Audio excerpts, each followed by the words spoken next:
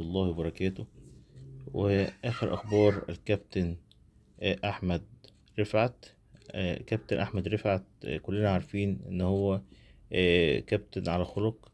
أتمنى له الشفاء والخروج من المستشفى زمزم إن شاء الله على خير بإذن الله، وأتمنى له الشفاء وألف سلامة ويرجع لأسرته بخير بإذن الله إن شاء الله.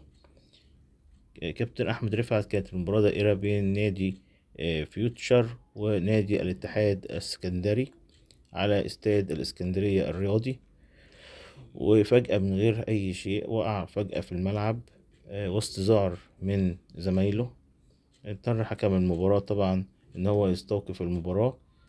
الجماهير طبعا، جماهير نادي الاتحاد طبعا كلها بصرف النظر عن النتيجة، كانت الدقيقة 85 من زمن المباراة، وكانت النتيجة التعادل السلبي بين نادي الاتحاد السكندري ونادي فيوتشر. الجماهير أكملها كانت في حالة قلق وتوتر شديد على اللاعب أحمد رفعت. دخلت عربية الإسعاف الملعب وتخرجت اللاعب تم نقله إلى مستشفى زمزم في اللي هو موجود في شارع منشة في محرم بيه منطقة الإسكندرية. وآخر الأخبار إن اللاعب الحمد لله يعني الدورة الدموية يعني نشطت بشكل أفضل، الأطباء قللوا الأدوية اللي هي بتنشط الدورة الدموية، ولكن اللاعب لازال في المستشفى زمزم اللي هي بقى يعني تبقى على يمين الكوبري بعين واحدة في منطقة محرم باسكندرية.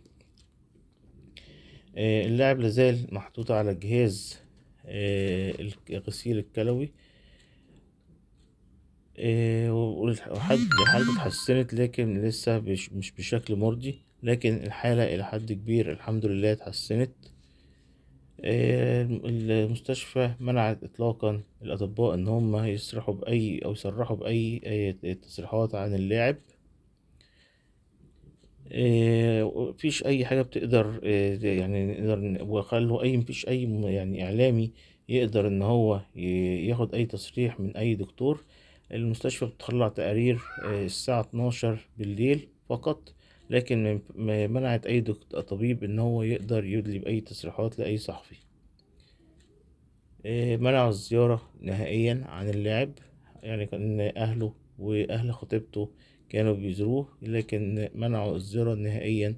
مفيش إلا تقارير يومية بتطلع للاعب فقط. تقارير يومية بتطلع عن اللاعب فقط، غير كده مفيش أي زيارات، ممنوع الزيارات نهائيا. سلامات الكابتن أحمد رفعت، أتمنى له الشفاء العاجل ويعود لأسرته إن شاء الله بألف خير وصحة وعافية بإذن الله.